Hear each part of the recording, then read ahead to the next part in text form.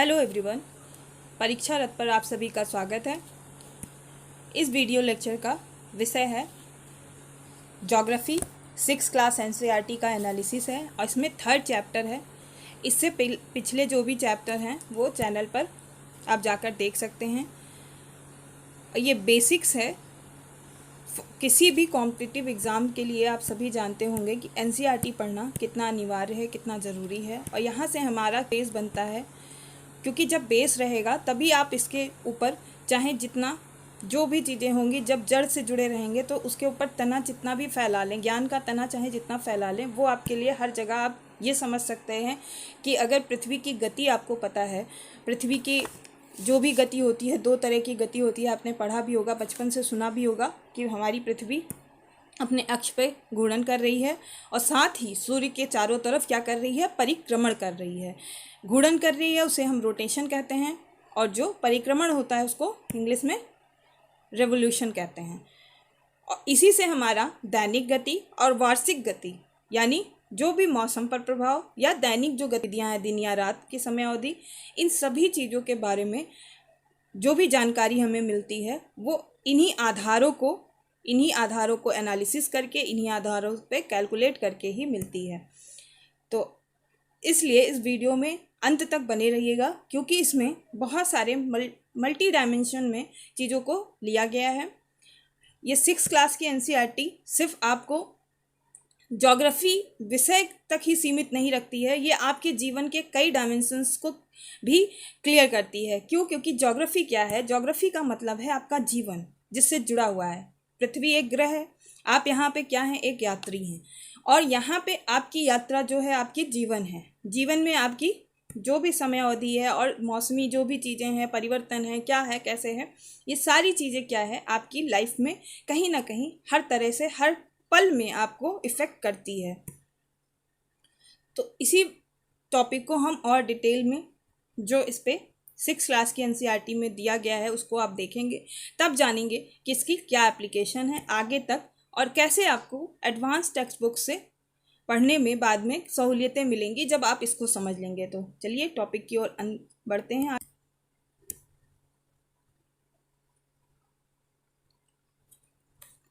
अब इसमें हम समझेंगे कि पृथ्वी की गतियाँ कैसे होती हैं। घूर्णन होता है तो कैसे होता है, उसकी क्या प्रक्रिया है, परिक्रमण है, रेवोल्यूशन है तो कैसे होता है। घूर्णन अथवा इसको हम दैनिक गति के नाम से भी जानते हैं। आप सभी को पता होगा कि पृथ्वी अपनी दैनिक गति कितने समय अवधि में पूरा करती है। आई होप आपको क्लियर होगा। 24 आवर में पृथ्वी जो है अपनी 24 घंटे की गति पूरी करती है अपने अक्ष पर, और ये सदैव अपने अक्ष पर किस दिशा से किस दिशा की ओर घूमती है, तो ये भी दिशा जानना आपके लिए बहुत आवश्यक है। पश्चिम से पूर्व इसके घूर्णन की दिशा है, पश्चिम से पूर्व। अगर ये 2 गति आपको क्लियर हो गई तो आप से फिर जो दिवस होते हैं, कैसे कौन सा विषुव कहलाता है, कैसे उपसौर अपसौर होता है, ये कौन सी परिस्थिति होती है जिसको हम कहते हैं, और इसी में आगे जुड़ेगा और सारी चीज़ें कि कैसे ग्रहण लगता है, कैसे सूर्य से दूरी और चंद्रमा के बीच में आने से क्या परिवर्तन होता है, मौसम में क्या परिवर्तन होता है, और जो भी प्रक्रिया होती है उसके बारे में आपको इससे जानकारी मिलेगी। तो जो एनसीईआरटी में चीज़ें दी हुई हैं पहले उसको हम देख लेते हैं कि घूर्णन एवं परिक्रमण, पृथ्वी का अपने अक्ष पर घूमना घूर्णन कहलाता है, और सूर्य के चारों ओर एक स्थिर कक्ष में पृथ्वी की गति को हम क्या कहते हैं? परिक्रमण कहते हैं। पृथ्वी का अक्ष एक काल्पनिक रेखा है जो इसके कक्षीय सतह से 66.5 डिग्री का कोण बनाती है। ये हमने पिछले वीडियो में भी डिस्कस किया था कि पृथ्वी अपने अक्ष से कितने डिग्री का कोण बनाती है? 66.5 डिग्री। ये पॉइंट याद रखिएगा। वह समतल जो कक्ष के द्वारा बनाया जाता है उसे क्या कहते हैं हम? एक एक जो टर्म्स हैं उसको भी याद रखिए। कक्षीय समतल,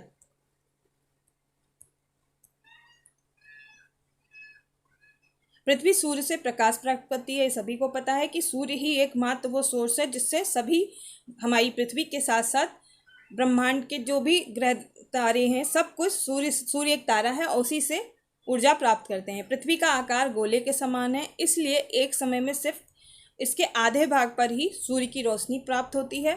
सूर्य की ओर वाले भाग में दिन होता है, जबकि दूसरे भाग में क्या होता है? जो सूर्य से दूर होता है वहाँ रात होती है, और ग्लोब पर वह वृत्त जो दिन तथा रात को विभाजित करता है उसे क्या कहते हैं? उसे प्रदीप्ति वृत्त कहते हैं। यानी अगर कोई पूछे कि जो ये विभाजन है कैसे होता है, जो वृत्त होता है जो दिन और रात को डिवाइड करता है उसको क्या कहते हैं? तो प्रदीप्ति वृत्त कहते हैं।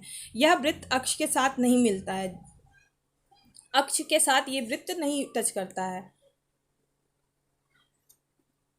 ये आप फिगर देख सकते हैं कि कैसे इसमें अक्ष पे झुकाव दिखाया गया है पृथ्वी का, और इसमें साथ में बीच वाली रेखा को, जो ये काल्पनिक रेखाएं खींची गई हैं, पिछले वीडियो लेक्चर में हमने समझा था कि कौन कौन से महत्वपूर्ण अक्षांश है, उनका क्या नाम है, और कैसे हम उत्तरी गोलार्ध, दक्षिणी गोलार्ध को और उसमें ताप कटिबंधों को हम लोगों ने पिछले वीडियो में देखा था। अब इसमें हम घूर्णन के आधार पर किस तरह से जो सूर्य की रोशनी है वो डिवाइड होती है और उसके आधार पर दिन और रात का समय होता है। यानी पृथ्वी अपने अक्ष पर एक चक्कर पूरा करने में कितना समय लेती है? 24 घंटे। घूर्णन के समय काल को पृथ्वी का क्या कहते हैं? दिन कहा जाता है, और यह पृथ्वी की दैनिक गति होती है। ये कक्षीय समतल देखिए, कक्षीय समतल की इस फिगर में लाइन गई हुई है, देख लीजिए कैसे कक्षीय समतल बनता है। अगर आपको ज्योग्राफी में क्वेश्चन आता है रिटन में, तो अगर आप ये फिगर दे देंगे तो आई होप आपको अच्छे मार्क्स मिल जाएंगे। पृथ्वी की गति से रिलेटेड अगर क्वेश्चन आता है तो उसमें आप ये फिगर आप बना सकते हैं, इसको बहुत अच्छे से। इसमें कक्षीय समतल को दिखा सकते हैं और पृथ्वी की अक्ष और झुकाव कैसे है, इस फिगर को आप बना के प्रैक्टिस कर सकते हैं। और इसमें सारे अक्षांश जो महत्वपूर्ण हैं, कर्क रेखा, विषुवत और मकर रेखा, और साथ ही जो 66.5 डिग्री का झुकाव है वो। आई होप इतना समझ में आपको आया होगा। आगे बढ़ते हैं। अब ये प्रश्न उठता है कि अगर पृथ्वी घूर्णन नहीं करती तो क्या होता? अगर सोचिए, सोच कर देखिए, अगर पृथ्वी घूर्णन नहीं करती तो क्या होता? सूर्य की रोशनी जो है एक साइड में पृथ्वी के हर समय रहती और दूसरा साइड हमेशा अंधेरे में डूबा रहता। जाहिर सी बात है कि हमें जब सूर्य से ही रोशनी मिलती है और पृथ्वी अपने अक्ष पे घूम रही है, तो एक समय ऐसा आता है दिन होता है, तो कुछ समय बाद ही जब पृथ्वी सूर्य से हटती है तो हमारे यहाँ रात्रि हो जाती है। और ये नहीं होता तो पूरी जीवन प्रक्रिया ही कहीं एक प्रश्न ये रह जाता कि शायद पता नहीं किस तरह के जीव होते जो सर्वाइवल होते उस तरह के कंडीशंस में। आज जो जीवन शैली दिख रही है, आज जो जीवन दिख रहा है पृथ्वी पर, आज जो भी जीव जंतु दिख रहे हैं, पेड़ पौधे वनस्पतियाँ दिख रही हैं, शायद तब उस तरह से संभव नहीं हो पाता अगर पृथ्वी अपने अक्ष पर घूर्णन नहीं कर रही होती। जैसे हर मौसम का अपना अपना एक क्राइटेरिया होता है, और उस मौसम के हिसाब से ही हमारे यहाँ की क्या होती है, जो एग्रीकल्चर है वो पूरा किस पे डिपेंड करता है? मौसम पे।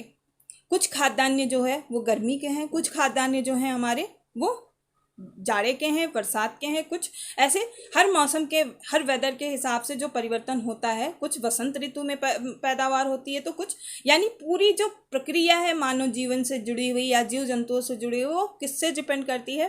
पृथ्वी के घूर्णन से और सूर्य के प्रकाश से। कोई भी मौसम हो और दिन की चाहे गतिविधि हो, ये सारी चीज़ें हमारी इन्हीं से जुड़ी हुई है। पृथ्वी की दूसरी गति जो सूर्य के चारों ओर है उसको क्या कहते हैं? उसे परिक्रमण कहा जाता है। और पृथ्वी एक वर्ष में 365 यानी 365 एंड 1/4 दिन में सूर्य का एक चक्कर लगाती है। वही 1/4 क्या होता है?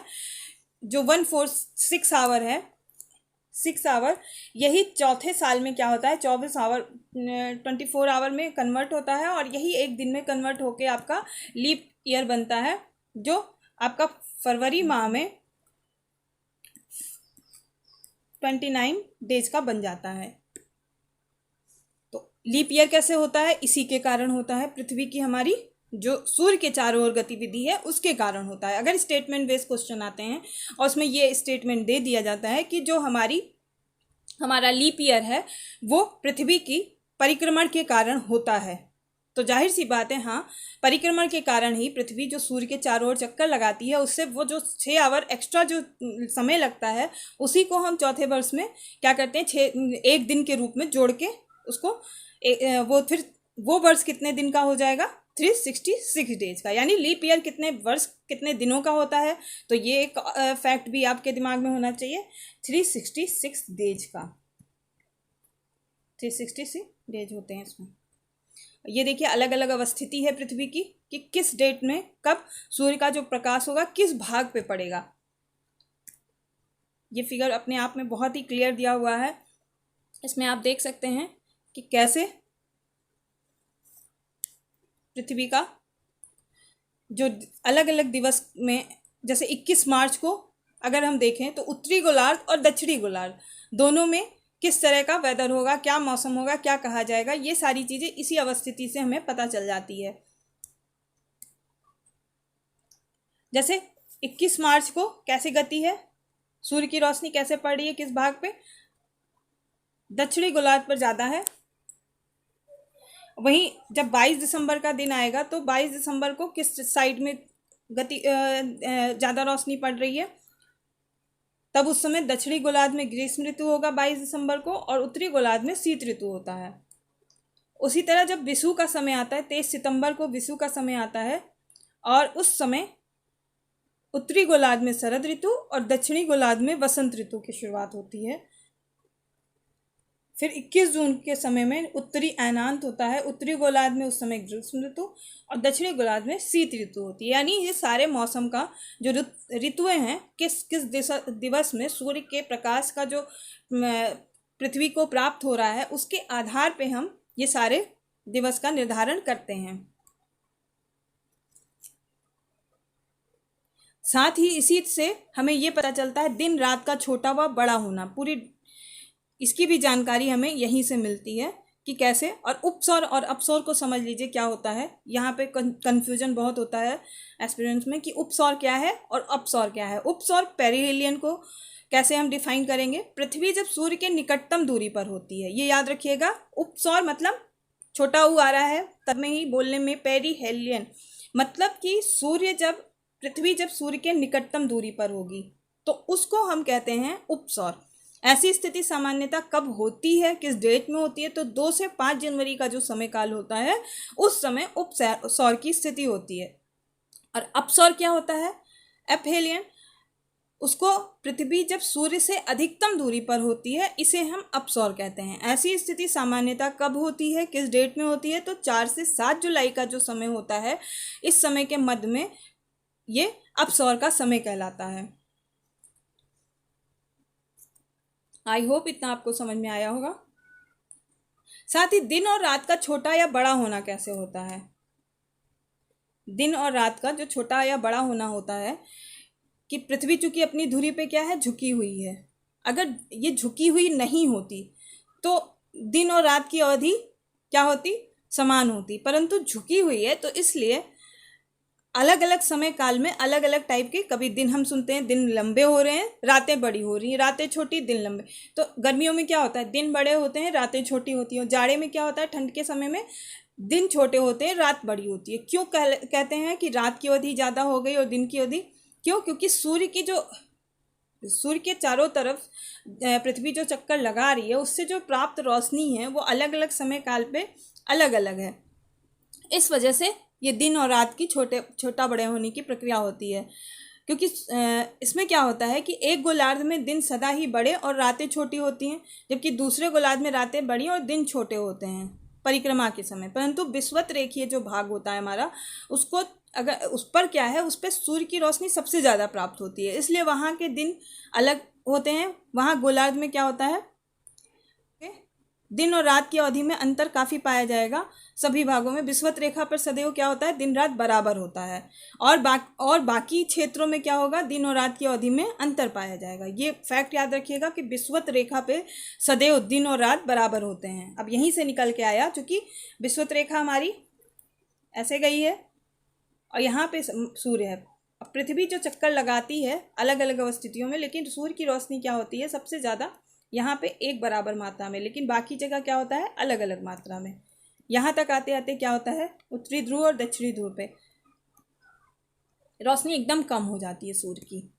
तो इसी से वहाँ पे क्या होता है, 6 महीना दिन 6 महीना रात, जैसी सूर्य की स्थिति होगी वहाँ के दिन और रात ऐसे निर्धारित होते हैं।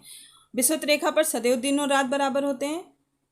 और इसे प्रकाश वृत्त, जो मतलब प्रकाश वृत्त है, इसे हमेशा 2 बराबर भागों में बांटता है विषुवत वृत्त को। और विषुवत रेखा का आधा भाग प्रत्येक स्थिति में प्रकाश प्राप्त करता है, इसीलिए यहाँ पे दिन और रात हमेशा बराबर रहते हैं।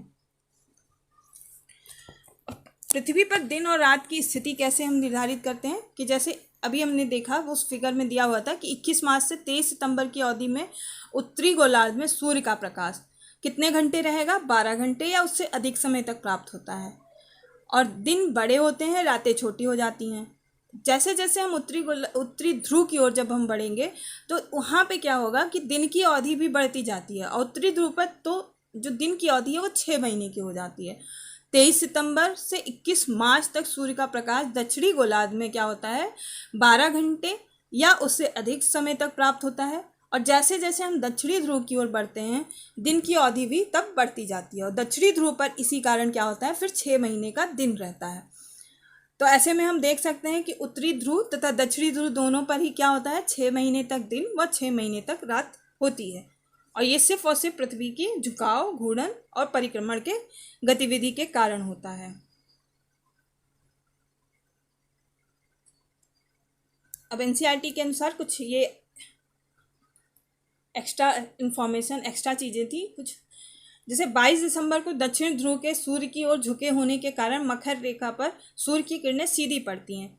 सूर्य की किरणें मकर रेखा पर लंबवत पड़ती हैं, इसलिए दक्षिणी गोलार्ध के बहुत बड़े भाग में प्रकाश प्राप्त होता है। इसलिए दक्षिणी गोलार्ध में लंबे दिन व छोटी रातों वाली ग्रीष्म ऋतु होती है। इसके ठीक विपरीत स्थिति उत्तरी गोलार्ध में क्या होती है, पृथ्वी की उस अवस्था को दक्षिणी अयनांत कहते हैं। ऑस्ट्रेलिया में ग्रीष्म ऋतु में क्रिसमस का पर्व मना, ये क्वेश्चन यहाँ से बन सकता है। आप लोग सोचेंगे आपके यहाँ ठंड होती है 25 दिसंबर को, ठीक है, और ऑस्ट्रेलिया में कौन सी ऋतु होगी। अगर आपसे स्टेटमेंट बेस्ड क्वेश्चन आया, यूपीएससी इस टाइप के क्वेश्चन बहुत उठाती है, यूपीएससी या स्टेट पीसीएस और अनदर एग्जाम भी। अब चूँकि एनसीईआरटी बेस है, आप देखिएगा इसको पढ़ेंगे तो आपको समझ में आएगा क्वेश्चन तो इसी में छिपा हुआ था, लेकिन आप बड़ी किताबों में ढूंढ रहे थे। मतलब एक मानक टेक्स्ट बुक तो आपको पढ़नी है, लेकिन जो बेसिक्स हैं, बेसिक्स के बाद ऐड ऑन करती हैं आपकी एडवांस टेक्स्ट बुक। तो ये हमेशा ध्यान रखिएगा, जब तक जड़ नहीं मजबूत होगा तब तक आपका तना भी मजबूत नहीं हो सकता है, क्योंकि आप भ्रम में रहेंगे। जब आपका जड़ मजबूत हो जाएगा, नींव बन जाएगा, तो उसके ऊपर चाहे जितनी बड़ी बिल्डिंगें आप बना सकते हैं। तो इस बात को हमेशा ध्यान रखिए कि आप एनसीईआरटी को स्किप नहीं कर सकते हैं किसी भी हालात में।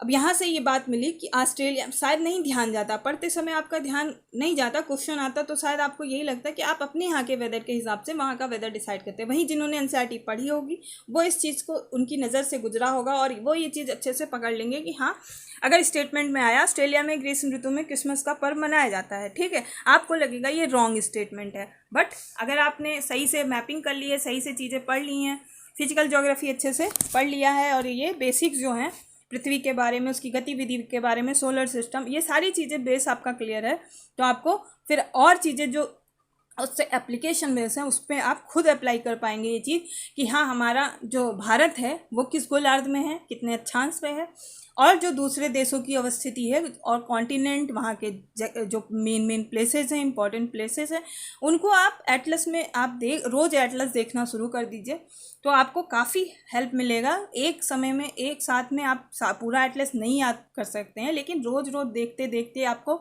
ये पता चल जाएगा कि ऑस्ट्रेलिया के मेन प्लेस क्या हैं, दक्षिण अमेरिका है वो किस गोलार्ध में है, कौन कौन सी रेखाएं गुजरती हैं, मेन चीज़ें तो आप देख ही लीजिए। इर्द गिर्द जो भी आसपास के जो ओशियंस हैं वो देख लीजिए। मेन ये सारी चीज़ें रोज़ की चीज़ें हैं।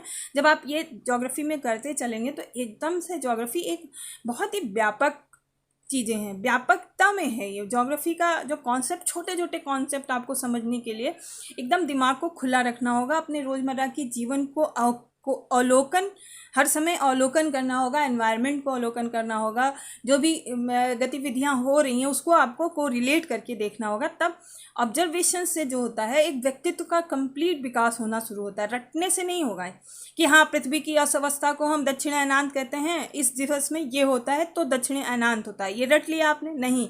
लेकिन अगर आपने समझ लिया कि क्यों होता है दक्षिणी अयनांत, तो ये हमेशा के लिए हो जाएगा कि हाँ, 22 दिसंबर को क्या होता है, दक्षिण ध्रुव के सूर्य की ओर झुके होने के कारण जो किरणें होती हैं वो मकर रेखा पर सीधी पड़ती हैं। ये छोटा सा कॉन्सेप्ट आपने एक बना लिया सिनॉप्सिस टाइप का, छोटे से नोटबुक में आपने छोटे छोटे पॉइंट्स लिख लिए तो आपके लिए हमेशा के लिए हो जाएगा। नहीं, ये एक अवस्था है, इस अवस्था को अगर मैं समझ लिया मैंने, तो जाहिर सी बात है क्वेश्चन कैसे भी घुमा के आएगा हम जरूर सही दिशा में ही अटेम्प्ट करेंगे। आई होप इतना आपको समझ में आया होगा। आगे बढ़ते हैं। 21 मार्च एवं 23 सितंबर को सूर्य की किरणें विषुवत वृत्त पर सीधी पड़ती हैं। इस अवस्था में कोई भी ध्रुव सूर्य की ओर नहीं झुका होता है, इसलिए पृथ्वी पर रात व दिन बराबर होते हैं। इसे ही हम क्या कहते हैं, विषुव कहते हैं। ये बहुत ही इंपॉर्टेंट है। विषुव क्यों होता है, अब आपको यहाँ कारण वजह मिल गई क्यों होता है विषुव। कोई पूछे विषुव क्या है तो आप बता सकते हैं विषुव क्या है।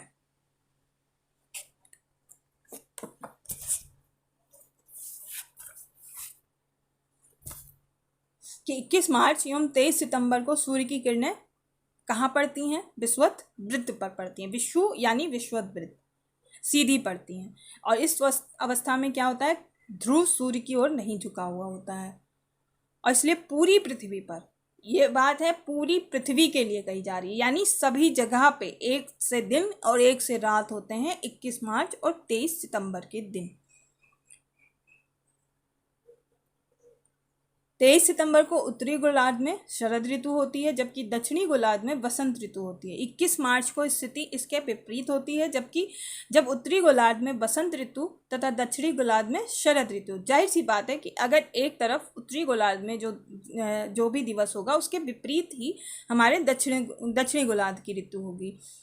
यानी पृथ्वी के घूर्णन एवं परिक्रमण के कारण ही दिन एवं रात तथा ऋतुओं में परिवर्तन होता है। इस 6th क्लास की इस एनसीईआरटी से आई होप आपको बहुत सारी इन्फॉर्मेशन मिल चुकी है, इतनी मिल चुकी है कि आपका एक बेस क्लियर हो जाए कि कैसे आपको आगे बढ़ने में ये चीज़ें जो इसी एनसीईआरटी की जो 11th क्लास की फिजिकल ज्योग्राफी की एनसीईआरटी है, इसके बाद आप वो भी कोरिलेट करके पढ़िए और चीज़ों को समझिए कि ये चीज़ आपने यहाँ से समझ ली है, उसके आगे आप कैसे इन चीज़ों को वहाँ पे कोरिलेट कर पाएंगे। यानी ये सारी अवस्थाएं अगर आप समझ गए पृथ्वी की सूर्य के इर्द गिर्द और अपने अक्ष पर, ये सारी अवस्थाएं समझ गए तो उसके हिसाब से आप दिवस और ऋतु परिवर्तन को भी समझ जाएंगे कि कैसे पृथ्वी पर दिन और रात की अवधि में परिवर्तन आता है, कैसे कौन से दिवस क्या होते हैं, उपसौर की अवस्था क्या है, अपसौर की अवस्था, ये क्या है, अवस्थाएं हैं, हमारी पृथ्वी की अवस्थाएं हैं जो सूर्य के इर्द गिर्द परिवर्तन करती हैं। और उन्हीं से क्या होता है, ऋतु में परिवर्तन होता है, उन्हीं से क्या होता है, दिन और रात की अवधि में परिवर्तन होता है। तो आई होप ये वीडियो आपके लिए बहुत ही हेल्पफुल रहेगा। साथ ही आप इसको कोरिलेट करिए, इस टॉपिक को एडवांस टेक्स्ट बुक से भी आप पढ़ सकते हैं इसको, कि हाँ पृथ्वी की गतियों के बारे में आपने यहाँ पढ़ लिया, इतना इस बेस से इतना क्लियर हो गया कि क्या किसको कहते हैं, किस दिवस पे कितने दिन, कैसे रातें बड़ी दिन छोटे, या उत्तरी गोलार्ध दक्षिणी गोलार्ध में अवस्था क्या होती है दिन और रात की ऋतु की। ये सारी चीज़ें अगर आपने समझ ली हैं तो उसके बाद आप एडवांस बुक को आप पढ़ सकते हैं इसी टॉपिक को साथ के साथ। तो यहाँ से क्या होगा, आपका समय भी बचेगा। यहाँ पे आपने एक चीज़ क्लियर कर ली, बेस, अवस्थाएं, सारी अवस्थाएं आपके दिमाग में हैं। आपने तुरंत दूसरी बुक उठाई और उस चैप्टर को ही पढ़ा जो इसमें दिया हुआ है, आपको एक बेस मिलेगा, उसके एडवांस में वहाँ पे कुछ अनदर फैक्ट्स और फिगर मिल जाएंगे। इस वीडियो में इतना ही। Thanks for watching. चैनल को सब्सक्राइब करें, साथ ही वीडियो को लाइक एंड शेयर करें, और कोई कमेंट हो तो हमें ज़रूर सुझाव दें कमेंट में अपने। Have a great day.